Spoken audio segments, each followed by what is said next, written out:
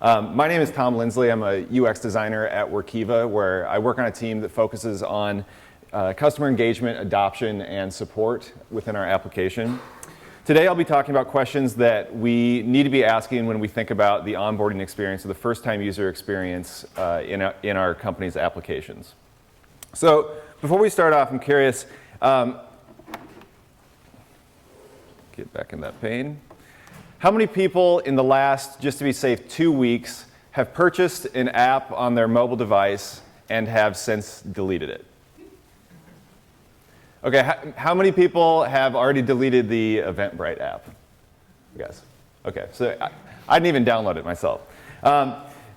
So I ask because recently the Envision team published a blog post talking about a study that an independent research group did looking at about 125 million different mobile devices and looking at their app retention rates once people have downloaded those. The thing they found that within the first 3 days, about 77% of those apps had been vacated by the people who downloaded them. Within the first 30 days, it was down to about 80%. So the question that I kind of want to talk about today is, what strategies can we use to deal with this lack of retention, and how can we do an audit within our own applications to figure these things out? So what this talk is going to be is an aggregation of some learning from a number of leading UX experts around the onboarding process. So I'm going to take us through kind of the different stages that I've identified as important throughout the onboarding process and talk about how we might do an independent audit of our onboarding process within our own applications. So this is a lightning talk, so I'm not going to be going into the full audit, a lot of the questions that I found from these articles, but what I have done is put together a more comprehensive list on my website, and I will provide the URL at the end of the talk so everybody can access this and possibly use it in your own organizations if you'd like. So the first step that I'm identifying here comes from specifically one leading expert within the user experience field, Julie Zhu. She's a product design director at Facebook. And she recently wrote an article titled Design for the Beginning. And what her point in this article is that too many designers, too many user experience people get focused on the bright and shiny product, the thing that will be delivering value to the customer. And then maybe right at the end of the development process, are they then focusing on what is it like to get the user into the application? What's it like to even put the concept of this new bright and shiny thing in front of the user? And what Julie says is that nobody cares about the thing you've designed unless you can get them past the beginning. And I would add to that they don't care, they also don't care if they don't even know that you have something to start with. So one thing that we often talk about as user experience designers is the experience with the app itself, the thing that we're helping build. And as architects as well, we're thinking about the thing that we are building. However, unless we can actually get that thing marketed out and get that thing communicated in the best way possible, in the most cohesive way possible between both our marketing wing and maybe our product development group, we are losing already if we don't get that stuff figured out from the beginning. So being able to have a consistent message from the beginning to get somebody onboarded in is very important. So this is some first look messaging that appeared in my Facebook feed last night. HubSpot is telling me that a 25-second setup saves 124 hours. This is a key value proposition for HubSpot that should be baked into the messaging all the way from the beginning of the life cycle of the product in sales calls, in marketing, all the way into the app. This kind of narrative should progress through. So the types of questions we might be asking in the first look in our application is, what should people understand about your product at a glance? And what story are you telling that is going to be told throughout the process? So the next step is looking specifically at the sign-up. There are very few applications these days that don't require some kind of authenticated login, and a sign-up is usually the thing that ushers people through that process.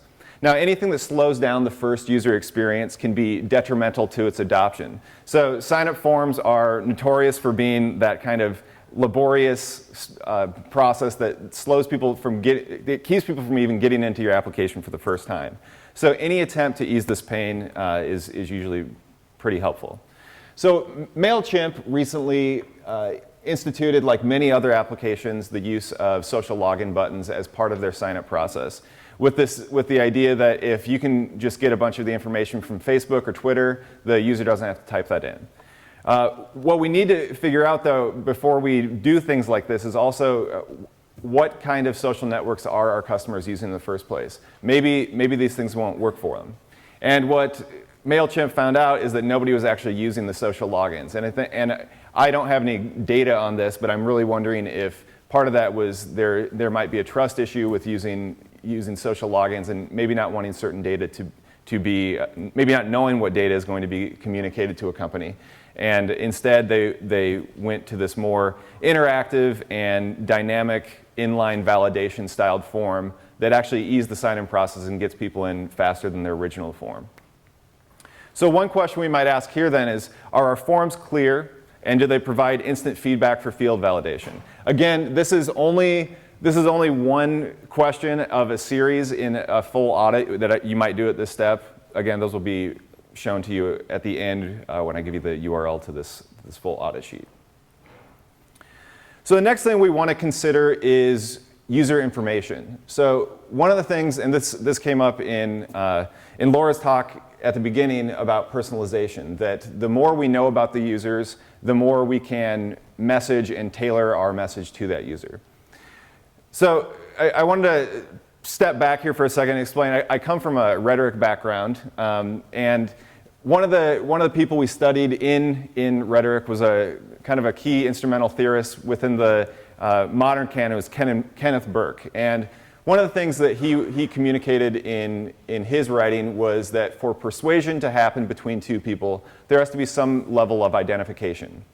And what he means by that is if the person who is being persuaded does not necessarily see the worldview of the person, or see that the person that is trying to persuade them connects with their own worldview, the persuasion is probably going to falter. I was kind of laughing earlier because in Steve's talk, in the last talk, he had similar shapes to kind of communicate his mental models concept. So in this case, maybe the identification isn't happening because the two people don't actually have enough information about one another.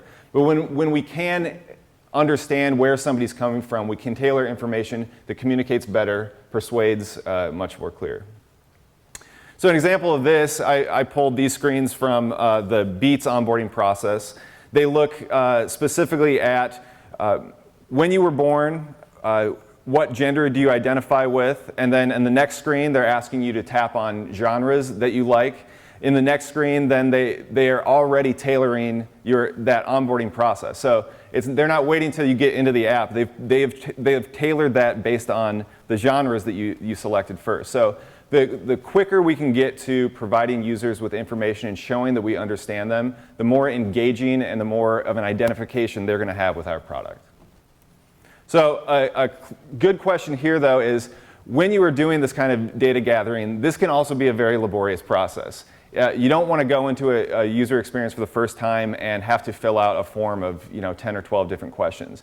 So really think about, does the information that you're asking for help you and the user? If it's only you, they might be a little bit skeptical and it might look kind of like a marketing scam that they're just trying to get information about you so they can send you more emails about new products. But if it seems that there's a genuine intention to communicate and provide value to the user, they're more likely to see that as a useful step in the onboarding process. So the next phase is something I'm calling the unboxing. Now, some people would say that the entire process is unboxing. So from the beginning from that first look all the way to in the app is the unboxing experience. But what I'm considering unboxing is once you're past that first authenticated wall and you see the inside of the application for the first time. What is that like? And the reason I'm using the term unboxing is I think we have a lot to learn from packaging designers.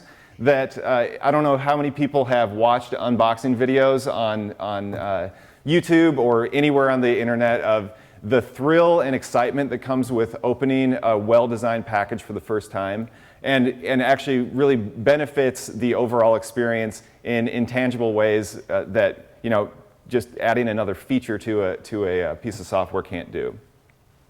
So obviously Apple has put a lot of effort into their packaging experience. This is not only messaging that is, or this is not only packaging that is supposed to look pretty, but if you look at the tone and the words, I guess just the hello, it's consistent with the tone that's used within the interface of their hardware. One thing I really like about Apple's packaging, and a number of other pieces of tech and all kinds of products do this, is the little sticker that they add in the box. Now, some people throw them away. Some people, like my boss, Edward Cups, puts it on this bumper. But what it is it feels like a little gift that you're getting that you didn't expect. And it is this little moment of surprise that makes that experience just a little more enjoyable. So I went through the onboarding experience for an application, a document sharing application for Teams called PandaDoc. And once you get into PandaDoc through the sign-up process, one of the first things they do is give you a little gift.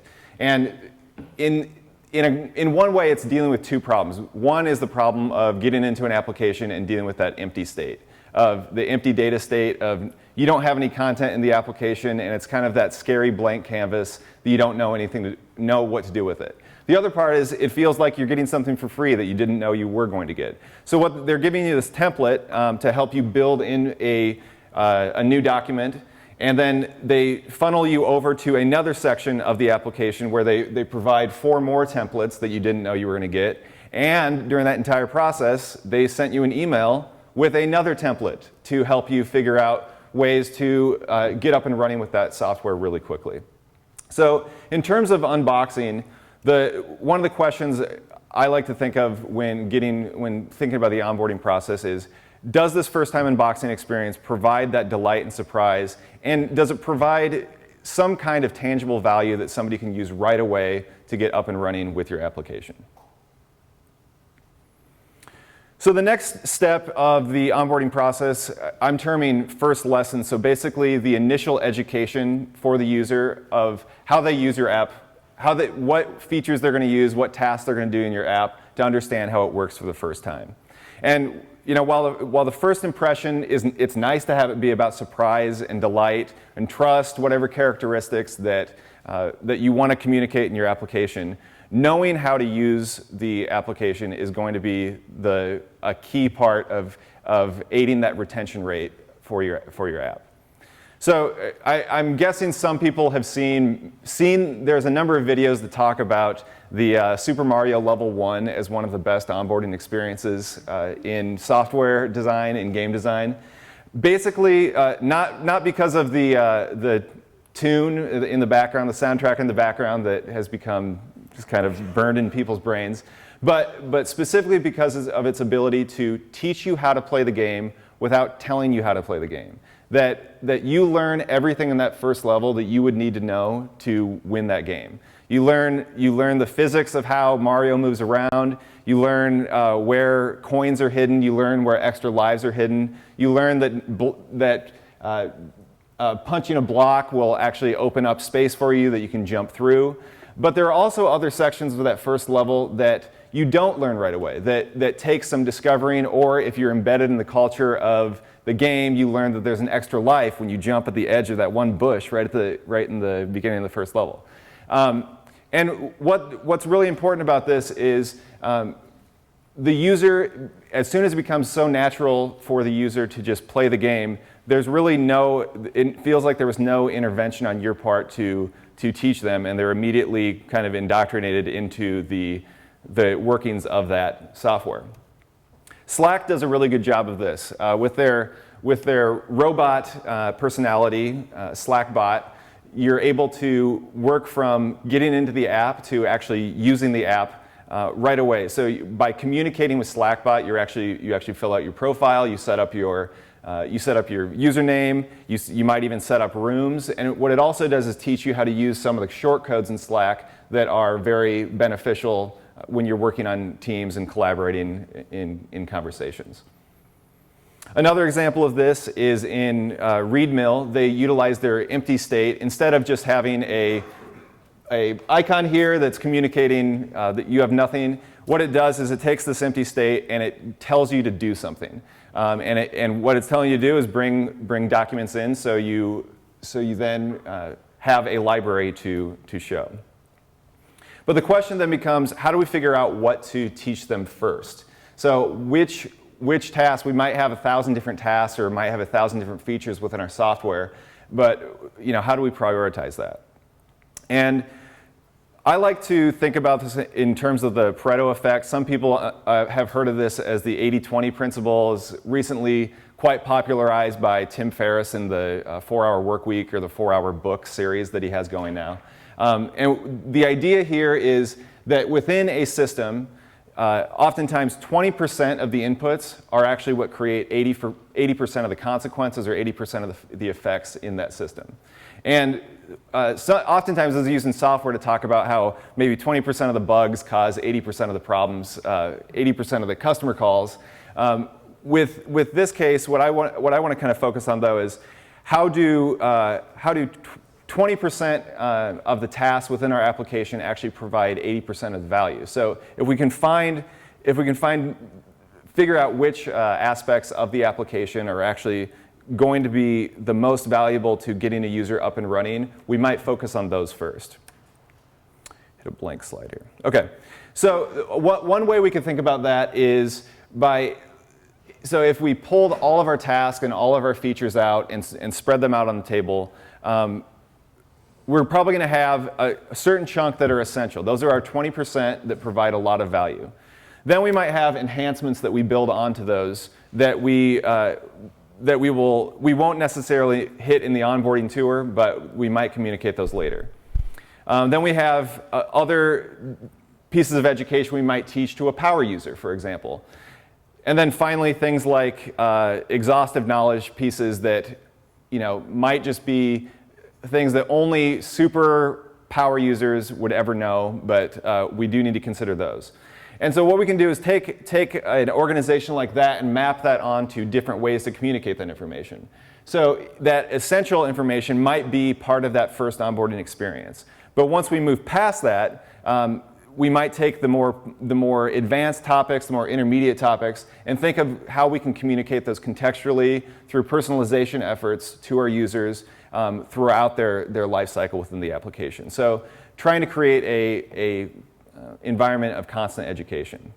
So the clear question here for me is, what are the fewest features that can provide the most value and the most comfort to the user?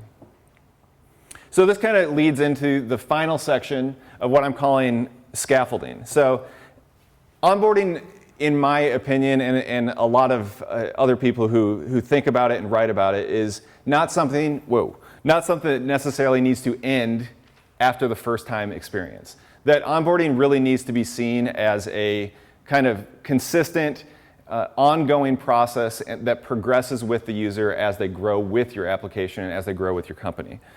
So applications can use scaffolding to develop a learner's knowledge. And so scaffolding is really an instructional concept that comes from education that basically talks about how we can take a student's existing knowledge and use expert intervention to bring their current knowledge up to more advanced learning.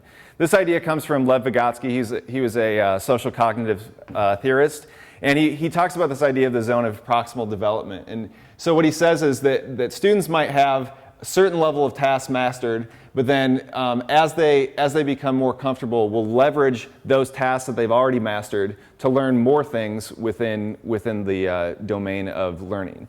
And we can really think of onboarding the same way, or progressive onboarding the same way.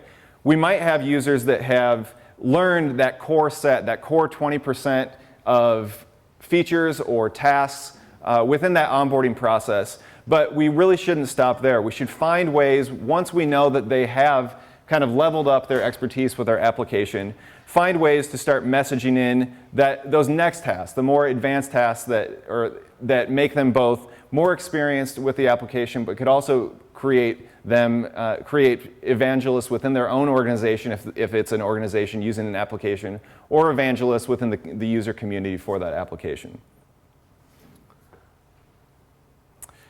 So Asana does this very well. So once they get you through your onboarding process, you get inside the application, start using the basic tasking mechanisms, the basic collaboration mechanisms, things like this in the calendars. Once you've been in there a while, you start to notice they start popping in these kind of contextual messages for you. And this was mentioned earlier. I think, Ryan, you mentioned Slack does this. The more you use keyboard commands, the more they're going to give you more information about how to hide windows and also leverage those keyboard commands more. So in terms of thinking about onboarding from a scaffolding perspective, we really need to ask the question, does my product build on the mastered user knowledge? And how can we use that to drive user engagement with the product? Again, these are very simplified versions of what that audit will look like, and I'll show you that here in a second. So this talk has been an aggregation, again, of a number of different articles that I've found online about how the user onboarding process should be built and how it is most effective. So we've gone from that first look all the way to scaffolding to think about how a user's experience might be affected by what we design in terms of messaging and in terms of the architecture. So if we can take this audit and apply it to our own applications, hopefully we can move that retention rate back up at least a little bit further from 70% of non-retention in our apps. So before I finish, I would like to give you the URL to this audit. I'm going to be continuing to update this probably over the next 3 weeks as I continue to read more about onboarding. So it'll change every once in a while, but feel free to check it out now. Right now, there's a listing of a number of articles that I've read and found helpful, and also a number of questions that have come up in those articles that are now included in that audit. So I appreciate your attention, and thank you very much.